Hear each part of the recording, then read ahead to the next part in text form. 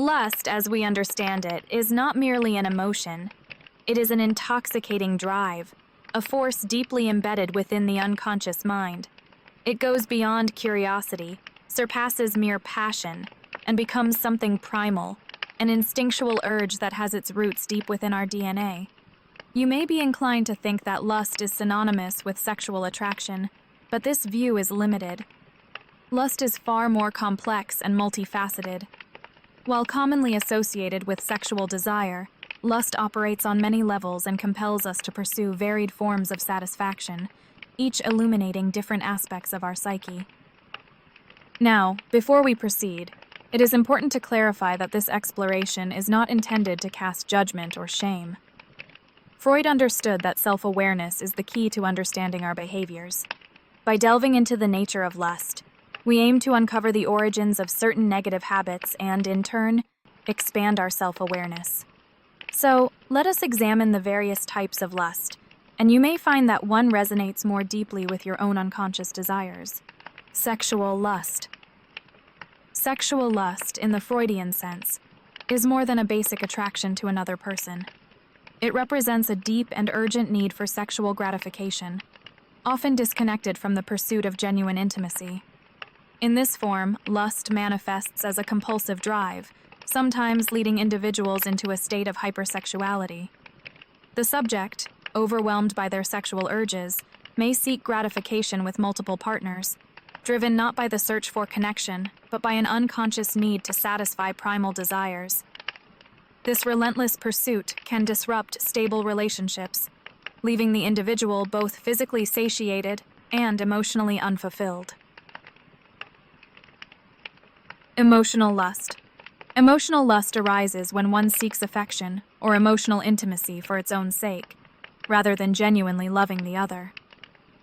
In this case, the individual projects the desire for love onto any willing subject, often mistaking the longing for emotional connection as actual love. This fantasy of a fairy tale romance, while idealized, represents a defense mechanism, an escape from the realities of intimacy and commitment. Such individuals may repeatedly fall in love, but ultimately find themselves disillusioned, as the person they are drawn to is less important than the fantasy they represent. Power lust. The lust for power is an expression of the ego's desire for dominance and control. Freud would argue that individuals with a lust for power do not simply want leadership, they crave it as a means to assert their will over others. These individuals often use people as resources, tools to achieve their ambitions. While leadership and assertiveness can be valuable, when driven by unchecked power lust, it can lead to toxic relationships and manipulation, leaving the individual isolated in their quest for dominance. Material lust. Material lust speaks to the human desire for possessions, an insatiable craving for wealth, luxury, and status. Those consumed by material lust are not content with simple comfort. They yearn for the extreme. Freud might interpret this as a reflection of deeper insecurities, compensating for a lack of internal fulfillment by accumulating external symbols of success. But as psychologists have found, such materialism rarely leads to long-term happiness. Instead, it leaves the subject in a perpetual state of wanting, driven by envy and dissatisfaction. Intellectual lust. For some, the pursuit of knowledge becomes a source of obsession. Intellectual lust manifests in individuals who seek not just to learn, but to demonstrate their intellectual superiority at every opportunity. This desire is not about personal growth, but about using knowledge as a means to assert dominance over others. Freud might suggest that this stems from a deep need for validation, an attempt to fill emotional voids by gaining recognition through intellectual prowess.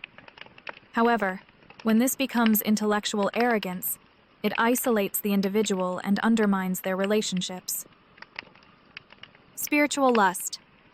Finally, we come to spiritual lust, a desire for enlightenment that, when taken to extremes, can lead one down a path of fanaticism.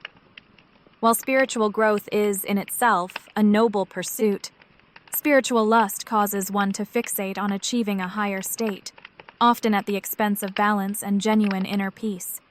Freud would likely caution that excessive spiritual craving might mask other unmet psychological needs, potentially leading to more extreme beliefs and behaviors. In its most intense form, spiritual lust can even pave the way to religious extremism, alienating the individual from the very connections they seek. In all its forms, lust, whether for sex, power, material wealth, or spiritual growth, reveals much about the human condition. Freud taught us that our desires are often shaped by unconscious forces, unresolved conflicts, and unmet needs. When we become consumed by these lusts, they can control us, guiding our actions in ways we may not fully understand. But through introspection and self-awareness, we can begin to untangle these complex drives and find balance in our lives. Now that you've explored the different forms of lust, it's time to ask yourself, what kind of lust drives you? Has it helped or harmed you? We'd love to hear your thoughts, so let us know in the comments below. And if you found this video helpful or insightful, don't forget to like, comment, and subscribe to Sci Factors. By staying engaged, you take a step toward greater self-awareness and understanding.